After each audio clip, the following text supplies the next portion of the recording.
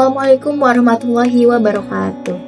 Halo teman-teman semua, perkenalkan nama saya Atiatul Mauido. Di sini saya akan membahas video edukasi terkait tema pertumbuhan ekonomi dalam perspektif Islam. Kalau dengar kata pertumbuhan ekonomi, yang terlintas pasti soal angka, PDB naik, investasi besar, atau pembangunan infrastruktur di mana-mana. Tapi tahu nggak sih kalau dalam Islam, pertumbuhan ekonomi itu bukan cuma soal angka dan materi. Ekonomi Islam punya cara pandang yang jauh lebih dalam, yang nggak hanya menumbuhkan harta, tapi juga menumbuhkan keberkahan dan keadilan. Nah, di video ini kita bakal bahas gimana sih pertumbuhan ekonomi dilihat dari perspektif Islam dan apa bedanya dengan konsep konvensional. Dalam ekonomi konvensional, pertumbuhan ekonomi biasanya diukur dari kenaikan output nasional atau PDB, atau produk domestik bruto. Tapi Islam melihat pertumbuhan ekonomi bukan sekedar peningkatan jumlah barang dan jasa, tapi pertumbuhan yang membawa kesejahteraan bagi semua lapisan masyarakat. Al-Quran mengajarkan bahwa harta itu harus berputar dan bermanfaat bagi banyak orang, bukan hanya untuk segelintir golongan saja. Seperti dalam Quran Surah Al-Hasyr ayat 7 yang artinya, supaya harta itu tidak hanya beredar di antara orang-orang kaya saja di antara kamu. Artinya dalam Islam, pertumbuhan ekonomi yang ideal adalah pertumbuhan yang adil, inklusif, dan beretika.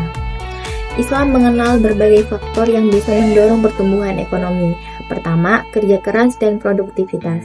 Rasulullah SAW bersabda, tidak ada makanan yang lebih baik daripada hasil kerja tangan sendiri. Hadis riwayat Bukhari. Artinya, Islam sangat menghargai usaha dan etos kerja. Kedua, aktivitas ekonomi yang halal dan etis. Dalam Islam, pertumbuhan ekonomi nggak boleh dicapai lewat riba, penipuan, atau eksploitasi. Karena itu, sistem keuangan syariah seperti bagi hasil dan zakat produktif jadi motor penggerak ekonomi yang sehat dan juga stabil. Ketiga, pemerataan distribusi kekayaan. Islam mendorong keseimbangan antara konsumsi, tabungan, dan investasi. Semua diarahkan untuk mencapai falah atau kesejahteraan dunia dan akhirat. Nah, bedanya dengan ekonomi konvensional, sistem Islam nggak hanya fokus pada pertumbuhan material, tapi juga pertumbuhan moral dan sosial. Kalau ekonomi konvensional seringkali mengejar pertumbuhan tanpa batas, bahkan sampai merusak lingkungan dan menimbulkan kesenjangan, maka ekonomi Islam menekankan pertumbuhan yang berkelanjutan dan berkeadilan. Misalnya, investasi dalam Islam harus punya nilai manfaat sosial, bukan cuma cari untung, tapi juga memperkuat kesejahteraan masyarakat. Makanya dalam Islam, growth itu selalu seimbang antara materi dan spiritual. Penerapannya dalam kehidupan nyata, contohnya di Indonesia. Kita lihat makin banyak UMKM syariah dan lembaga keuangan mikro Islam yang membantu masyarakat kecil. Mereka menciptakan lapangan kerja, meningkatkan pendapatan, dan menjaga prinsip kehalalan dalam bisnis. Inilah contoh nyata pertumbuhan ekonomi Islam yang berkeadilan dan memberdayakan umat. Kalau semua sektor ekonomi berlandaskan nilai Islam seperti ini, maka pertumbuhan bukan cuma berarti angka, tapi juga berarti keberkahan, kemandirian, dan keseimbangan sosial.